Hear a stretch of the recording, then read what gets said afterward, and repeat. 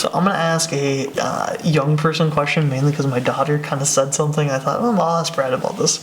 For people that don't know, talk me through bear market and bull market, because not everyone understands that or remembers it from high school. You know, and we throw that term out there all the time, and people like.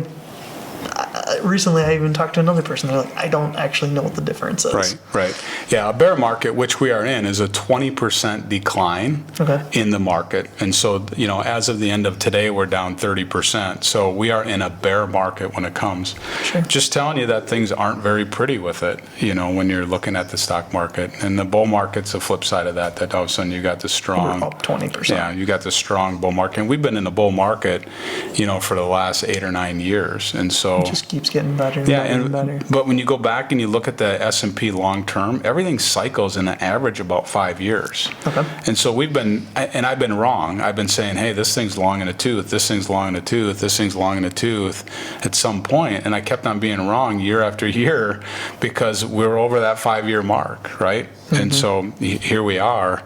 And now it's like, how do you process it?